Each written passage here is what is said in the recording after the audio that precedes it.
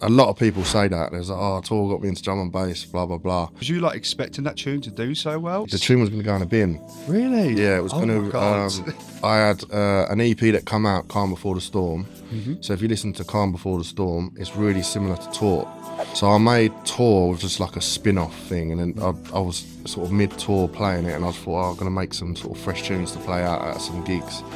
Couldn't think of a name for it. Called it Tour, just as a laugh. And then Friction at the time was like, oh, send some tunes. He was on Radio 1. Sent him a bag of tunes, and then he just hit me up straight away. He's like, can I put this tune out? And I was like, if you want, do what you want. You know what I mean? I didn't care. Oh my God. Didn't care about it, it was just sort of, hey ho, whatever. And then, it ended up doing so well, man.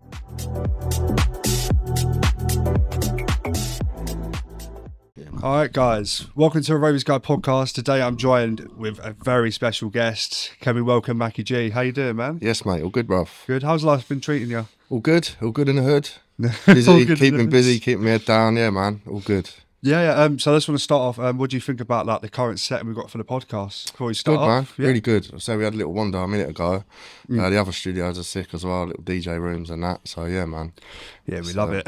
Yeah. So I want to jump into like your early life and like background. For people who don't know the full story, like where did you grow up and what age did you first like enter music? Grew up in Kent. Probably was first into music. Not everyone really. Just tape packs, and it sounds boring. Everyone says it, but it's just that era that I was in. That's where it started, though. Yeah, man. It's like tape packs, vinyls, and you go around your mate's house because he's got decks or whatever, and then you get your set of decks, blah blah blah, and then it went from garage to drum and bass. So, yeah, man. Okay, that's what I was going to say. Was it always drum and bass, like always your go-to sound at the start? Or was there something you started with? Garage was really popular when I was really getting into like DJing and stuff like that. I loved garage, but then drum and bass was just that up tempo, like bit crazier, and I was like, yeah, this is me, man. And then that's when my love for it sort of happened, because I was finding drum and bass tunes from the tape packs and stuff like that I was listening to, and I was like, yeah, this is me, man. So yeah, for sure. I mean, that leads perfect onto our next question. Was there like a track you heard which was like, okay, I'm loving this, I want to do this type of thing? Not particularly like anything that stands out. It was a lot of the DJs that were on the tape packs that stood out for me. It's like the Zincs, all the old school drum and bass jungle DJs. Obviously Zinc made a lot of his tunes, so finding all of them, Shy Effects' stuff, like Chopper, Wolf and all them, like if anyone had Wolf in their house, like on vinyl, you'd be like, no way you got Wolf and all that. So yeah, I mean, nothing really stood out in terms of a specific song or an artist or anything, but it's just that era of drum and bass is just so busy. For sure. So I just stuck with it. Yeah, have you got like a favourite like subgenre of like drum and bass in particular? Not particularly, no. Just a bit of everything. Yeah, obviously jump up is the way forward, isn't it? But if there was to be a subgenre in jump up, I'd love there to be like a steppy subgenre, so like triplets and stuff. I'm just mad for it. Anything triplet, that brings my ears up. Do you know what I mean? So there you go. That's a good shout, to be fair. Yes, I never know. Could be inventing one now, but yeah. Okay. So I want to go into like your DJ journey. I just want to know if you can tell us about like your first gig. Where was it? How did it go? First gig was in Maidstone, place called the River Bar. If anyone in Kent knows that. I was late for my first gig. That was vinyl. How late though? We got stuck in a traffic jam.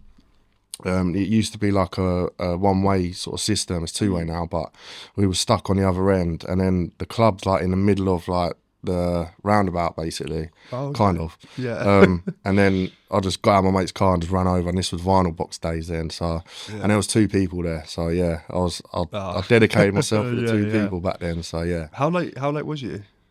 About 15 minutes. Okay, once it hits the time you're on, you go into panic mode, innit? Oh, so yeah. No, I'm gonna miss it, especially your first gig. So obviously it wouldn't be a Macky Gee podcast if I didn't talk about tour. Yeah. So I want to know what your life was before that tune blew up and after, because that is like primarily for me like a tune which got me into drum and bass, especially, and a lot of people watching for sure as well.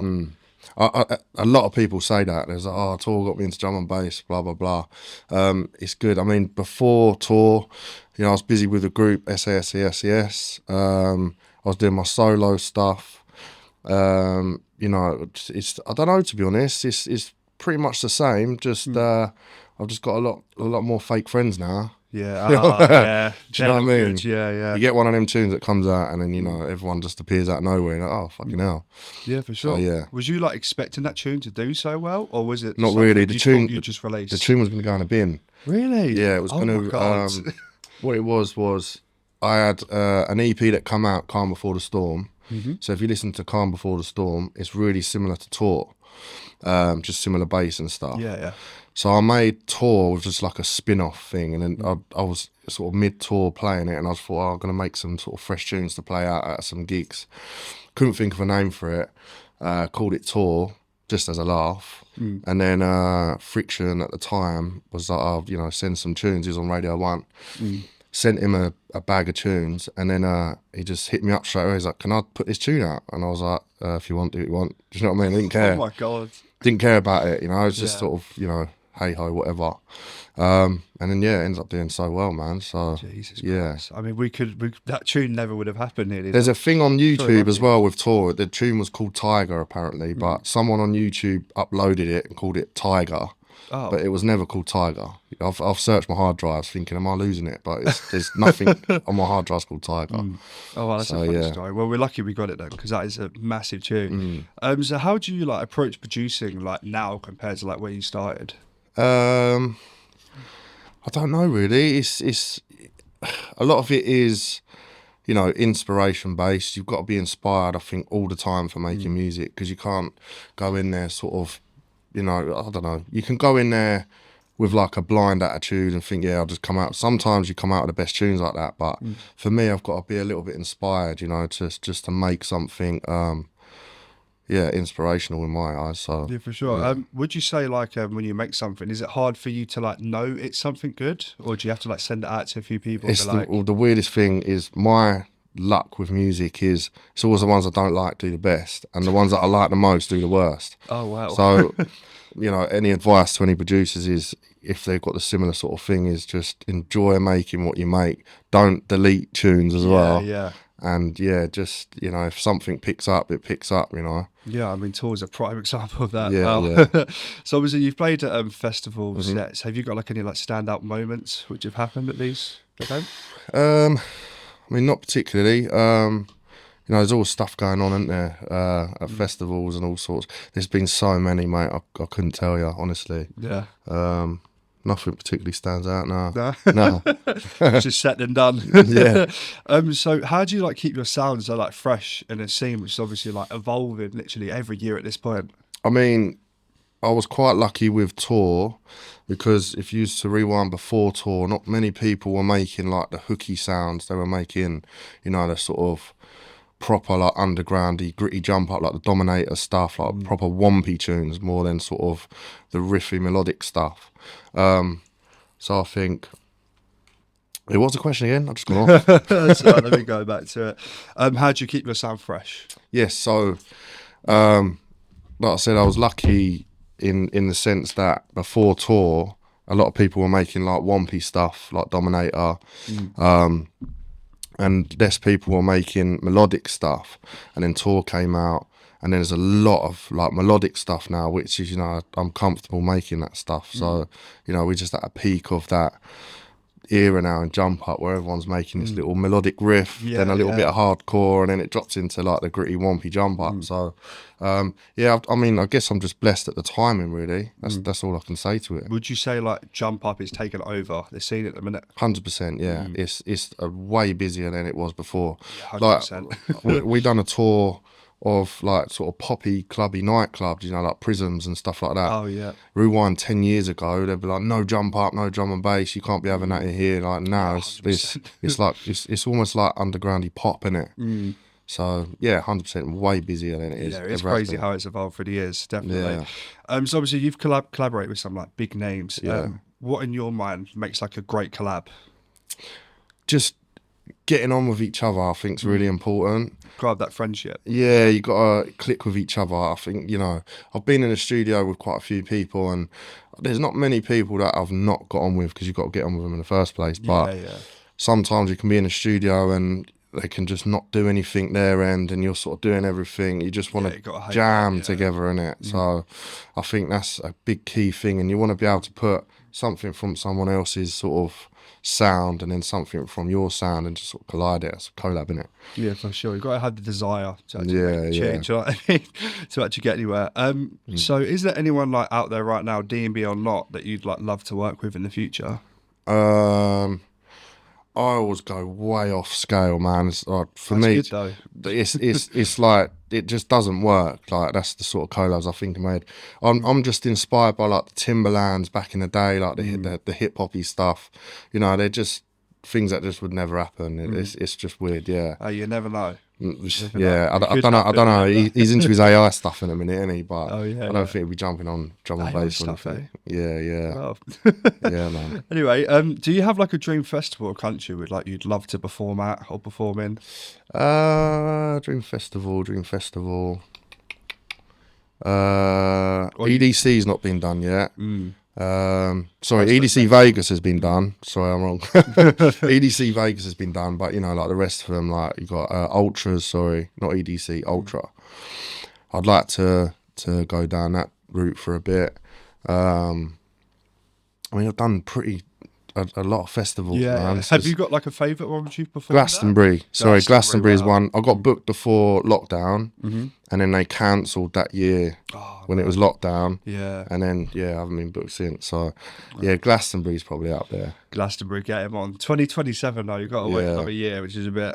Yeah, it's a bit. I was quite excited. I was like, I'll go next year. Did you go this year? No, I didn't. I wish I did, but heard it's very hard to get tickets. So I've heard that. Yeah, as well, maybe 1 year. I don't know. Yeah. So I just want to like get from you like what's next. Have you got anything coming this year or like next year? New music tours? Got loads of tunes. I've got endless tunes. Like if you used to go on my Spotify, there's usually a pattern of albums. So like every 3 years there'll be an EP or an album. It's gone way past that date now, and I've just sat on too many tunes now. I don't know what to do with them. So we're working on the album phases, which was going to be July, but I think we're looking at September, sort of October time now.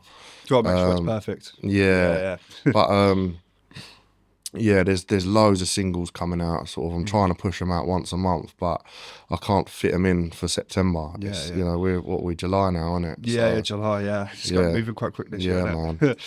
Have you been like sending out these new tunes to like DJs as well? Are we going to hear them from like at festivals randomly? I'm terrible with sending tunes to people. It's not that I'm moody or anything like that. I'm just so unsociable naturally. It's like I don't go out my way to hit people up, which is a downside to me. A lot of new producers are always sending tunes to like me and big DJs and stuff, which is really good. And you know, I need to take some advice from them, bruv, if anything. So to be fair, everyone has their own way of doing it. You know, if yours works, it works. Yeah, you know what I mean.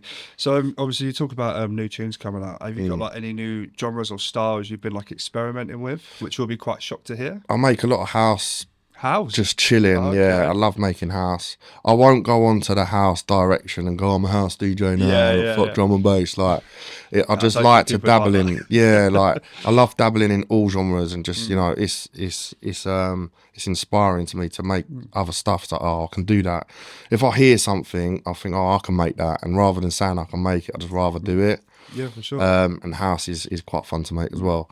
Not as fun as drum and bass. Yeah. So, like, have you actually like released any house before? No, you haven't. No, nothing. Could that be something? I might do. Yeah, I'm dabbling in the idea, but it's Funny story about that is I have tried submitting some house tunes as an alias.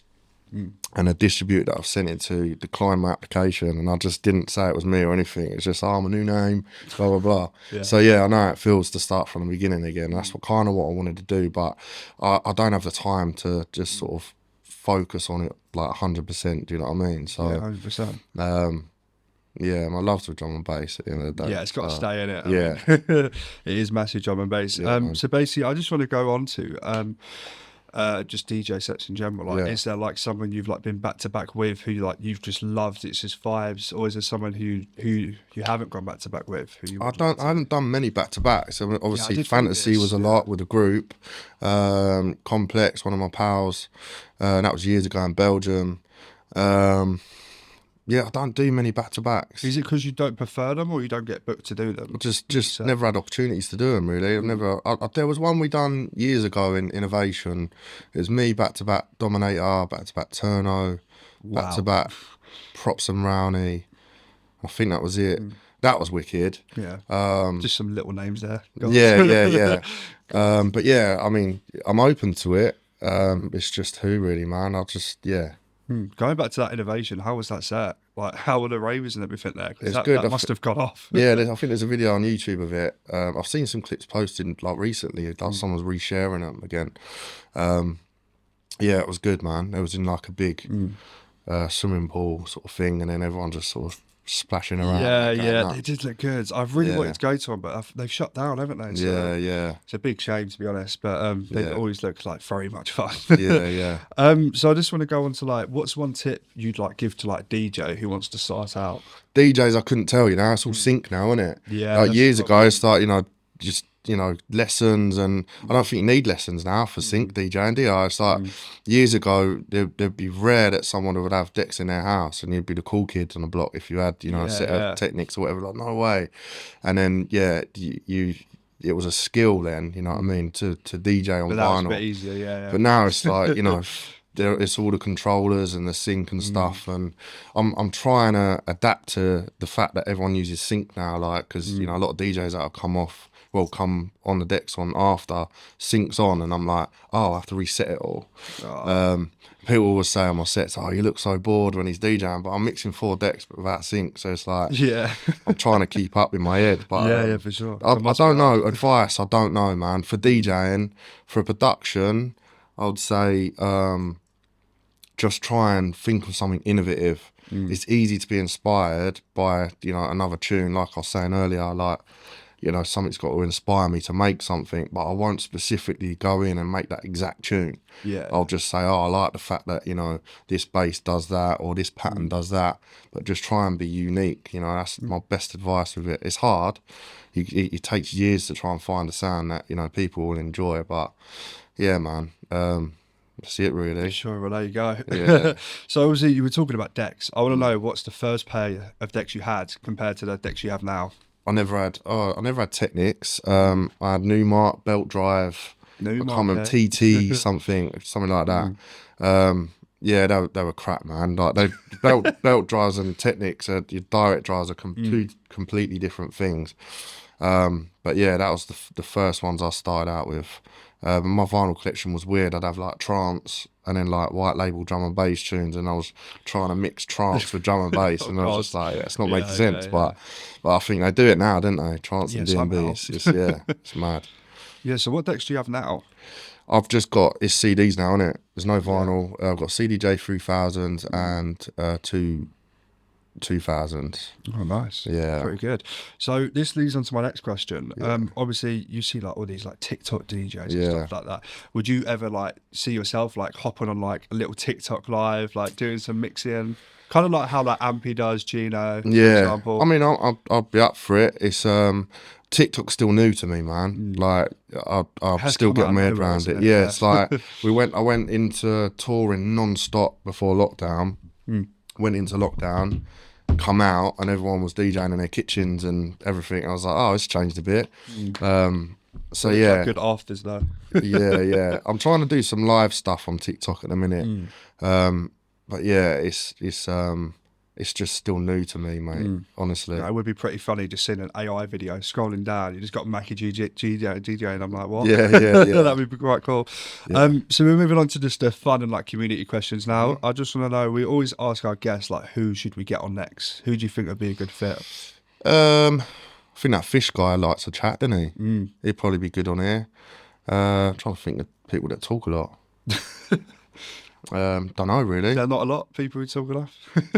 Well, everyone talks a lot more than I do. This is most I've talked all week, to be honest. Oh wow. But, Yeah, I don't know really. I think give the new guys a chance, man. Yeah, It's 100%. it's quite easy to focus on who's doing well and interviewing like the big guys, but there's some new guys like C3, he's jumping all over in all the Yeah, raves. I've got a question Maybe for you later ask. about that. Yeah, Yeah. yeah. There's a guy, what's his name, Danny P or something. All these TikTok guys and all that. These kids that they're. They are smashing it at the I minute. like the fact they're Yeah. playing the older jump up stuff and they're making it like popular again. That's what's yeah, it's really good to see, man. Because 100%. the newer jump uppy stuff, it's all sample sounding and Yeah.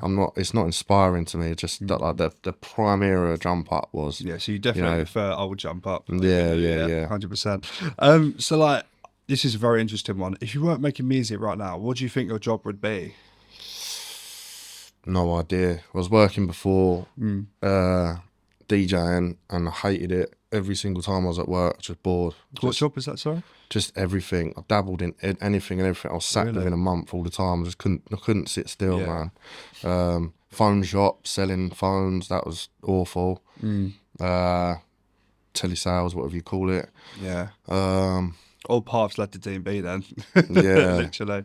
To be honest, it's you got to have a vision for it because no matter what I did when I was working, I was staying up till like 6 a.m. making tunes, and then I was getting up for work at like 7. Jesus. And then I'd just find somewhere to hide at work to sleep for a little bit, and then the managers would just hate me all the time. Do you know what I mean? Yeah. So, my vision I think was just solely for that, and I was just biding my time with work without knowing that it would do so well. It's weird. Yeah. I mean, good thing the drum and bass worked out then, isn't it? Yeah, I know, Yeah. Probably be a bum now. Yeah, 100%. So as we're wrapping up, I just want to hear, have you got any shout outs you want to make to some people who are just doing well in the scene at the minute? I think, to be honest, a lot of it's to the promoters, man, like the hard work that they put in for the shows. I mean, from lockdown, it was hard for everyone. Everyone was 100%. struggling. I think you just got to give massive praise to promoters, man. Like, I think they're so undervalued in the scene. I mean, without promoters, there'd be no scene. So, Yeah, 100%. and then DJs, there's just too many, man. I don't want to miss anyone out. Yeah, no, I feel that, to be fair. Have you got any final words just to like the audience who are just watching this right now, who are a big fan of you? Just thanks for supporting. There's plenty more to come. There's tunes that they might love that I don't even know they will like. So I mean, just hang in there, buddies. There you go. Yeah, well, thank you for coming down. Really appreciate it. Yeah, nice one, bro. Good Nice one podcast. from me as well. Yeah, no problem. Yeah, we'll see you guys in the next episode.